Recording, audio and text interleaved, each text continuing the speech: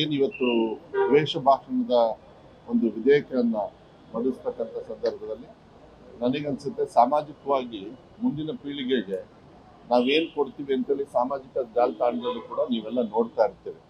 ಅದು ಯಾವುದೋ ಒಂದು ವ್ಯಕ್ತಿಗತವಾಗಿ ಮಾಡ್ತಕ್ಕಂಥದ್ದಲ್ಲ, ಸಮಾಜದಲ್ಲಿ ಸಮಾನತೆಯನ್ನು ತರೋದು. ಇಂಥ ದ್ವೇಷ ಭಾಷಣ ಆದ ತಕ್ಷಣ ಇನ್ನೊಬ್ಬರು ಅದನ್ನು ಮೀರಿ ಮಾತಾಡೋದು, ಎಲ್ಲರೂ ಕೂಡ ಜನಪ್ರತಿನಿಧಿಗಳಾಗಲಿ ಸಾಮಾನ್ಯ ಜನರಿಗೂ ಕೂಡ ಒಂದು ಹಂತ ಇರುತ್ತೆ. ಅದ್ರ ಮೇಲೆ ನಾವು ಸಾಮಾಜಿಕವಾಗಿ ಹೇಳಬಾರ್ದು. ಯಾಕೆಂದರೆ ಉದಾಹರಣೆ, ಬೇರೆಯವರು ಕೂಡ ಚಿಕ್ಕ ಮಕ್ಕಳು ಇರ್ತಾರೆ, ಸಾಮಾಜಿಕ ಜಾಲತಾಣದಲ್ಲೂ ಕೂಡ ಅದು ಹರಿದಾಡೋದ್ರಿಂದ ಅದನ್ನು ಮಡಿಸ್ತಕ್ಕಂಥದ್ದು ಒಳ್ಳೆಯದು. ಒಂದು ಪ್ರಜಾಪ್ರಭುತ್ವದ ಒಂದು ಅಸ್ತಿತ್ವವನ್ನು ಮತ್ತು ಅದನ್ನು ಗೌರವವನ್ನು ಕಾಪಾಡಬೇಕಂತ ಹೇಳಿದರೆ ಇಂಥ ಒಂದು ಇತಿಮಿತಿ ಇರಬೇಕಾಗುತ್ತೆ. ಇತಿಮಿತಿ ಇಲ್ಲ ಅಂದರೆ ಹಾಗೆ ಮನಸ್ಸಿಗೆ ಬಂದಾಗ ಮಾತಾಡ್ಕೊಂಡು ಹೋಗ್ಬಿಟ್ರೆ ತಪ್ಪಾಗುತ್ತೆ. ಇದನ್ನ ವೆಲ್ಕಮ್ ಮಾಡ್ತೀವಿ, ಇದನ್ನ ಆಗೋದು ಒಳ್ಳೇದು. ಯತ್ನಾಳ್ ಅವ್ರು ಹೇಳ್ತಾರೆ ಇದು ಮಾಡ್ತಾ ಇರೋದು ನನಗಾಗಿ ಮಾಡ್ತಾ ಇದ್ದಾರೆ.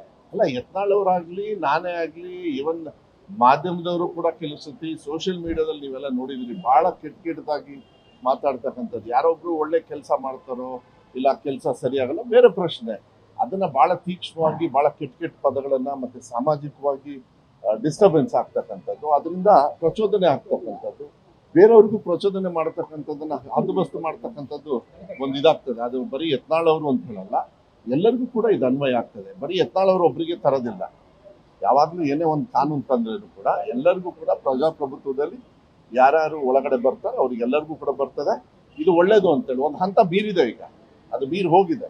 ಇಂಥ ಸಂದರ್ಭದಲ್ಲಿ ಎಲ್ಲರೂ ಕೂಡ ಚರ್ಚೆ ಮಾಡಿ ಒಂದು ಹಂತವನ್ನು ಗೌರವವನ್ನು, ಯಾಕೆಂದರೆ ಪ್ರಜಾಪ್ರಭುತ್ವನ ನಾವು ಚೆನ್ನಾಗಿ ಮೆರಿಬೇಕು. ಅದು ಮೆರಿಬೇಕು ಅಂತ ಹೇಳಿದರೆ ಅದನ್ನು ಒಳ್ಳೆಯ ರೀತಿಯಲ್ಲಿ ಕೆಲವು ವಿಚಾರಗಳನ್ನು ನಾವು ತಗೊಳ್ಬೇಕಾಗುತ್ತೆ.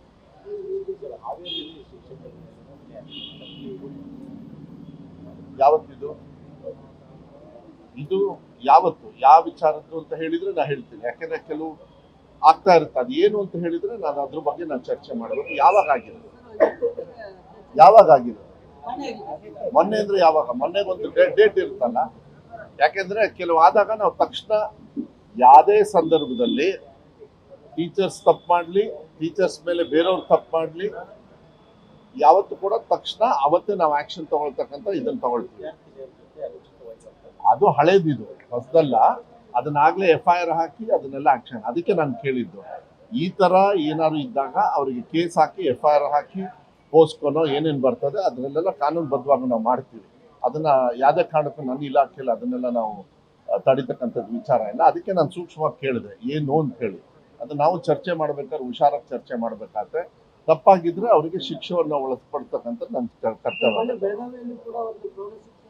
ಅಲ್ಲ, ನೀವು ಅದು ಯಾವುದು ಅಂತ ಹೇಳಿದ್ರೆ ನಾನು ಬೆಳವಂದಿ ಗ್ರಾಮದಲ್ಲಿ ಅಂದ್ರೆ ಅದು ಒಂದೇ ದಿನ ಪ್ರೌಢಶಾಲೆಯಲ್ಲಿ ಬಾಲಕಿಯರಿಗೆ ಅದನ್ನೇ ಅವ್ರು ಹೇಳ್ತಾ ಇರೋದು.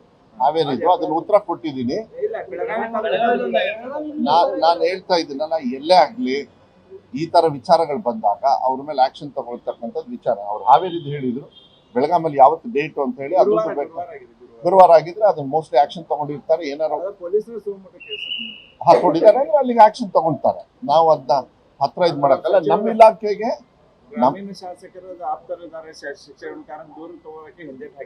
ಯಾವನಾರು ಇರ್ಲಿ, ತಪ್ಪು ಮಾಡೋದನ್ನ ಹಂಗೆ ಬಿಡೋದಕ್ಕೆ ಹೋಗೋದಿಲ್ಲ.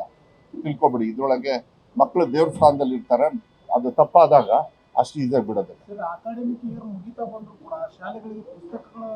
ಇಲ್ಲ ತಪ್ಪೋದು ಎಲ್ಲಿ ಅಂತ ಹೇಳಿ. ಇಲ್ಲ ತಪ್ಪು ನಿಮ್ಮ ಅಲ್ಲ, ಒಂದ್ ನಿಮಿಷ. ಅದು ಮೊನ್ನೆ ಚರ್ಚೆ ಆಗಿ ಯಾಕೆ ಅಂತೇಳಿ ವಿಧಾನಸೌಧದಲ್ಲಿ ಆಗಿದೆ. ಮತ್ತೆ ನಿಮ್ಮ ಹತ್ರ ನಾನು ಚರ್ಚೆ ಮಾಡಕ್ಕವಲ್ಲ.